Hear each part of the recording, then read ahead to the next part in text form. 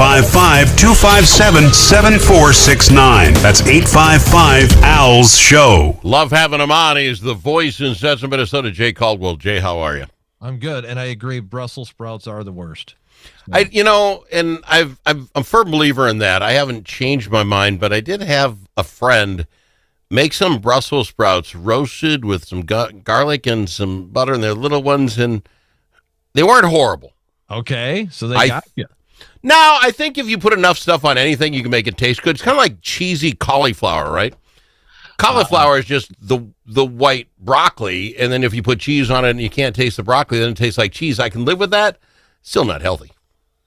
Right. Yeah, you take the healthy part out of it, but it becomes a lot more appealing. Well, yeah, because it tastes like broccoli or cauliflower or Brussels sprouts.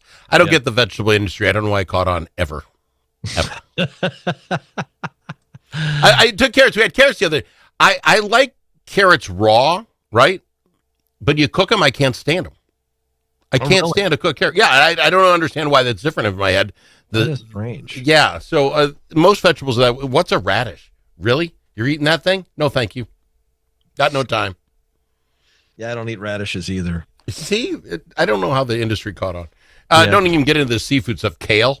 You kidding me? What are you talking about? Yeah, I wouldn't have that. Although I'm good with broccoli and beans, and corn's not even a vegetable anymore, right? It's starch. Isn't that what we call it? That's why I like it. The same thing with potatoes, right? Used to be a vegetable, now it's like its own category. Who doesn't love the potato? It's a French fry, waiting to be. Boom, love it. Yeah, right. Yeah. All right. How was your weekend? It was good. How about yours? It was horrible. Well, it wasn't horrible. Got a lot done. The wife and I decided we were going to stain the decks. You got 3 of them around the house by these outdoor doors. And, okay. So asked if somebody had a power washer. Have you ever power washed? I want one. Yes, so I have. Yeah, I love power washing. Wow. Anyway, friend borrowed it to us, and I'm thinking this will take an hour. No problem. This thing's going to whoop right through this. 5.5 hours later before we got the decks. Oh, really? That long. Oh, my arms hurt. They were tired of the repetitive. I'm sure I have carpal tunnel syndrome, just going back and forth. It took forever. I didn't know how dirty that deck was. I thought it was faded gray because, it's just old wood.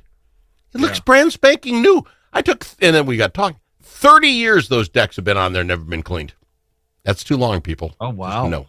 Yeah, they look brand new. Well, that's but good. I got really tired. It held up. I mean, it's amazing that 30 years you didn't see any major damage or warp. No, it's fine. But the issue now is she wants to stain it, right? So I got another whole weekend set aside just to be on my hands and knees painting that stupid thing. I'm not looking for. I'm too old. How old are you? Can I ask roughly? Give me a ballpark. 51. So yeah, I'm 60 and it's too old. The staining, and I think it's from what I've been told. Okay. I am far from an expert on this. That it lasts for 2 years. That stain this year, you're going to have 2 years, and then you should stain again. Doesn't mean you will. It just means you should. I didn't clean my deck for 30 years. I'm not staining every other year. I think I know my limits as a human. Anyway, that's how it was. It was a whole weekend on decks, and they look clean, but I'm kind of ashamed that I let it go that long. It's a good accomplishment. Yeah, we replaced the door lock on our front door. Nice. It's one of those things that in Minnesota, weather wrecks a lot of things. Yeah. The cold weather has kind of made it difficult with our deadbolt. Yeah. So we're like, we can't have another winter like that. So we went and got that done, washed my car, cleaned the garage. It was a productive Sunday. The thing with the change in the locks, I'll tell you this right now. I bet you had some problems with lining it up, getting the whole thing done. You do the first one, you could do 12 of them in a row, and it'd take half the time. But you won't change another lock for 20 years. You'll be right back in the same spot. Right. The good thing is that there's a step-by-step process, including a video. Oh. So they make it easier than it used to be. No, that's cool.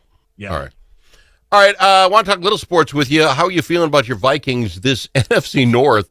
Green Bay leads 3-1-1 is the record. They're the lead of the North. We're at 3-2. We're half a game behind. We haven't probably played our best football, haven't had what we needed. Are you feeling good about what's coming our way?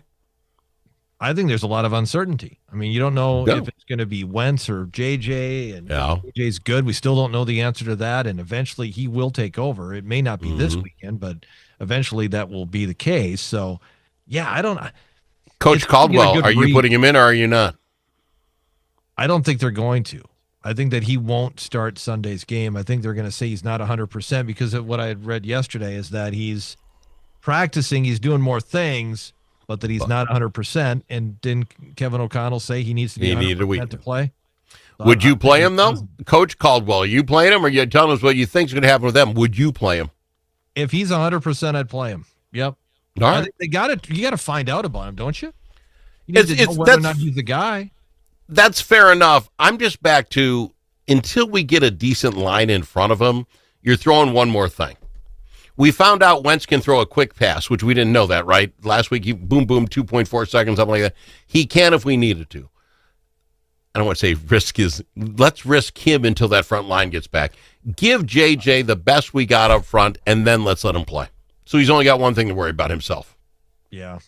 I'd say you've got one more week of Wentz, and then we're going to see JJ after that. That's just my take on it. I think that they need to find out, because then the following week is, I believe, a Thursday game against the Chargers. Yeah, it's the short Chargers time. Are a bit banged up, so that might be a little bit of an easier opponent, although Philadelphia looked bad against horrible. Yeah, can they look bad back-to-back is the issue. I want to switch topics. You're going to think, who are you taking, by the way, Eagles or Minnesota then on Sunday? Homer's got to take Minnesota. I'm struggling. I'm going Vikings, even though I don't feel great about it. All right, I'm going 24-20 Vikings. That's my goal. Okay. Let's go to the other side, Major League Baseball. I find it so hard to stay attentive to it once the Twins gave up. But I'm trying to hang. There's some cool stories going on. The Mariners and Blue Jays, kind of a cool story. Can't root for the Blue Jays because they're Canadians. Let's be honest. I'm an American. I'm rooting for the Mariners. Your thoughts? Easy. I didn't even really think about it that way. But I mean, Louis Varland's playing for the Blue Jays, and former Twin Jorge Polanco's playing for the Mariners, and he's looked good. He's had some big hits for them and allowed them to move on to this point, and then had a big hit for him last night in Game 1. So, yeah, I actually am starting to get into these series. Yeah. I like baseball. I feel like there's a younger generation, because neither of my kids could care. They could care less about baseball playoffs, but I still enjoy it. Good for you. And then what do you think about the Dodgers Brewers? That's probably a better series. I mean, the Brewers are the 1 seed. The Dodgers, we know about their big payroll, and they've got all the stars. Yeah. So I would rather see the Brewers win. All right, that's fair enough. I got to fly. I'm out of time, Jay. Love having you on the program, my friend. Appreciate you being here. You got it, Al.